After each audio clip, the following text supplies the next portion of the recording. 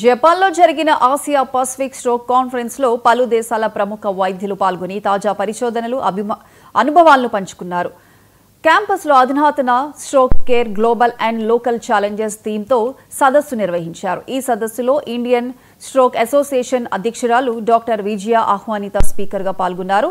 యువతలో brain stroke కు vasculitis రోగనిరోధక సమస్యలు ప్రధాన కారణాలని తేల్చారు. ఇక మహిళల్లో స్ట్రోక్ ప్రమాదం అధికమైందని, పీసీఓఎస్, గర్భధారణ, మెనోపాజ్ లాంటి పరిస్థితులు ప్రమాదాన్ని మరింత పెంచుతున్నాయని వివరించారు. స్ట్రోక్ పై అవగాహన పెంపు కోసం పెద్ద ఎత్తున చర్యలు అవసరమని డాక్టర్ విజయ స్పష్టం చేశారు.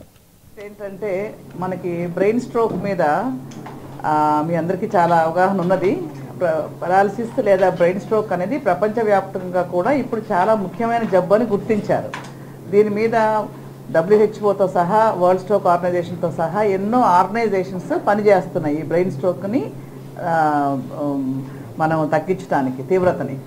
ఇందులో స్పెసిఫిక్గా నేను మొన్న 13 నుంచి 15 వరకు జరిగిన ఏషియా పెసిఫిక్ స్ట్రోక్ కాన్ఫరెన్స్ అంటారు. ఇది అంటే Asian countries plus Australia and New Zealand కలిసి ఏషియా పెసిఫిక్ కంట్రీస్ అంటారు. అంటే యూరోప్, అమెరికా కాకుండా మిగిలిన దేశాలన్నీ ఇందులోకి వస్తాయి అన్నమాట.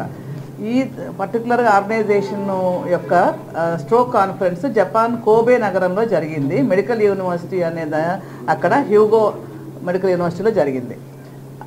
అక్కడ 2000 మందికి పైగా డెలిగేట్స్ వచ్చారు. 500 పేపర్లకు పైగా అక్కడ ప్రజెంటేషన్స్ జరిగినాయి వివిధ దేశాల నుంచి. ఆ ప్రపోజల్ అనేది నేను ఏషియా దేశాల్లో ఎక్కువగా యువత ఉంటారు.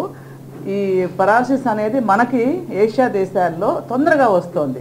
అమెరికాలో, యూరోప్లోనేమో 70 ఏళ్ళకి 60 ఏళ్ళకి వస్తుంటే మనకు ఆసియా దేశాల్లో 40 ఏళ్ళకే జబ్బులు స్టార్ట్ అయిపోతున్నాయి.